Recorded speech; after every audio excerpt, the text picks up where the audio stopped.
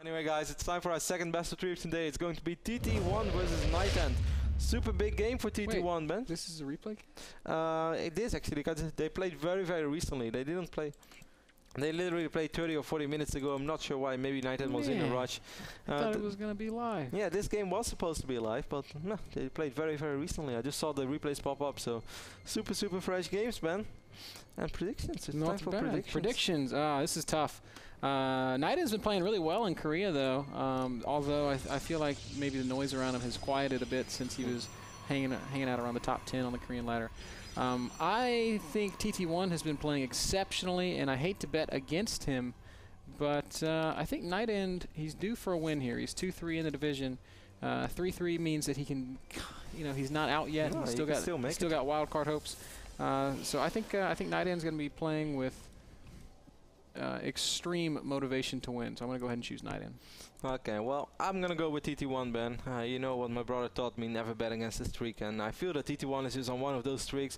And he's always performed very well in the NASL. I know that he's been playing a little bit of Diablo, but I'm also still seeing him online a lot at Starcraft II. And, well, he was complaining a little bit about his shape in the previous days, but I know that he knows that this is a very big game. I don't say he must win it, but if he wins it, he's going to be in excellent shape to make it to the playoffs straight away as either a winner of his division or as one of the best number 2s. So I think TT1 is going to take it. Yeah, actually, it's funny that you mentioned his shape, because I was recently looking at a replay of him against one of the guys in the Razor House. He ran into our boy Gix on the ladder, and Gix flexed his Zerg muscle. Well, the Zerg muscles are not very fair, man. That's basically like steroids in an MMA fight. That's the joke I was setting you up for. That's what I was aiming for. But yeah, I mean, TT1's been playing such good StarCraft. It always makes me nervous when you say that he's been playing Diablo 2, because that game is dangerous. It sucks you in. It just grabs hold of you. It's really funny. I was talking to Andre. Andre and Chef were playing some Diablo together, and Andre said that in order to I guess, curb Sheth's dependency on Diablo, he stole all of Sheth's items. He went on Sheth's account and took all of his stuff and sent it to his own character. No. Yes. That's so mean. Yeah, so Sheth logged on and he had like a naked dude standing out in the middle of nowhere. And he was like, what the hell? And what did Andre say? I'm your friend, I'm doing this as a friend? Yeah. What did Chef say? He's like, I kind of want my stuff back. Oh, that's so mean. Yeah. So we see no zealot opening for TT1, but he's indeed instead going for the famous double gate opening. So he's just going to get 3 quick stalkers. His gate was a little bit quicker. I mean, his assimilator was a little bit quicker than the assimilator of NightEnD. But NightEnD is going for a double gate as well. Neither of these guys open zealot, so we're going to see complete identical build orders so far. Yeah, and I know that you like the 11-gate 3-stalker opening, Kev. It's kind of the one that you always talked about. But if I were a Protoss player, I think this is the build that I would use every time in PvP.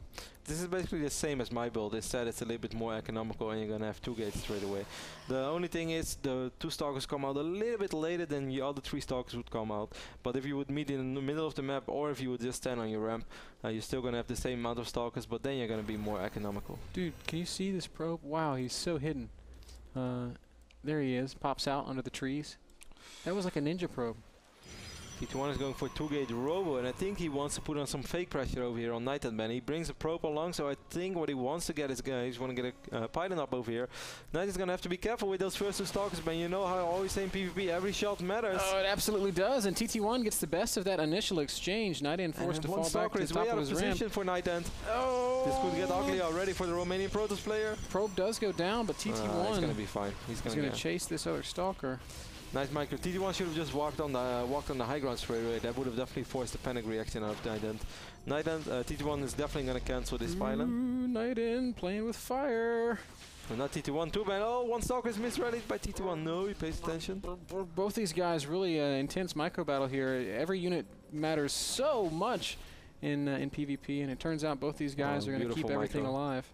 Beautiful micro on either side. NightEnD already getting a couple of pylons up over here on the other side of the map, but both players are still on 2 gates, but NightEnD, his robo is so much later than the robo of TT1. Yeah, maybe because he was so preoccupied microing, maybe his build just that much different. NightEnd's got to be very careful, though. If he goes up this ramp, he's going to get force fielded. I don't think. You know what would have been a move of the Sentry ban? Well, during all this, NightEnd would have warped in a Sentry over here and then force field TT1 off his ramp. Wow, that would have been incredible. I would have gone crazy. I think I would have. I think I would have too. NightEnd, wow, just let him come up, TT1. Yeah, that was a little bit. I think TT1 is afraid that he already has blink. I think that's why he did that, because if he would blink on top of this, it would be very scary. Because there's not a single Zealot over here for TT1. I really think that TT1 is under the impression that NightEnd has blink already. And that would, of course, be probably going to warp in a Zealot real soon. Impression. I mean, NightEnd is really playing with fire. If he gets force fielded, he's going to just be obliterated by the Immortal there. I don't really think that NightEnd actually wants to get up over here. We see TT1 right now warping in 2 Zealots as well, which is very, very good in case you play against a guy who goes 4-gate Blink Stalker or just 3-gate Blink Stalker and blinks up your ramp. Oh, and there's the force field that we were talking about. 2 Stalkers for free. But I have no idea why NightEnd is even doing this. Yeah, I'm wondering the same thing. He's being very stubborn. This is so dumb. Because there wasn't Immortal over here. He saw all the sentries, he saw all the stalkers. There's absolutely nothing he's gonna achieve with picking up this ramp. He's not gonna see anything he didn't know yet. He's gonna end up losing stalkers, and I just don't see a possible solution where he's ever gonna get anything out of this. There's no reason for him to even be sticking around at this point, because well, at least he's paying attention. As soon as TT1 moves, NightEnd gets out of there. We'll lose this pylon, but other than the stalkers that he also donated, he's going to be all right. But this is a very good start so far for TT1. Oh, Zealots in the main base, Kev. Yeah, I showed them all along. Oh, I didn't even notice that. No worries. A couple of force fields did go down by NightEnd, and he lost a little bit of mining time.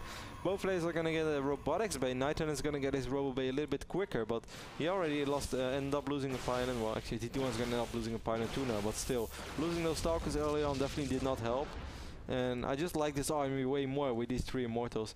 I know back in the old days, Immortals were not that important. It was all about the Colossus numbers. Well, Ben, in my days, well, not like that's actually, he's gonna get Warp Prism. I like that though. I think that's smart. But I think TT1 is gonna try to do the exact same thing, because TT1 already has 4 Immortals. What is he gonna do with 4 Immortals? I love Immortals, Ben, but 4 is a lot from one base. It is a ton. I don't know. Is he gonna get a Colossus, or is he gonna get Warp Prism too? To me, this feels a little bit like the old whoever expands first loses mind game. NightEnd is going to be the guy that expands first. But NightEnd is going to get the Warp Prism. I like the Warp Prism a lot. I think that was a good way to get back into this game, because if you would have played an exact Mirror, then TT1 would have had the better army with a higher amount of Immortals.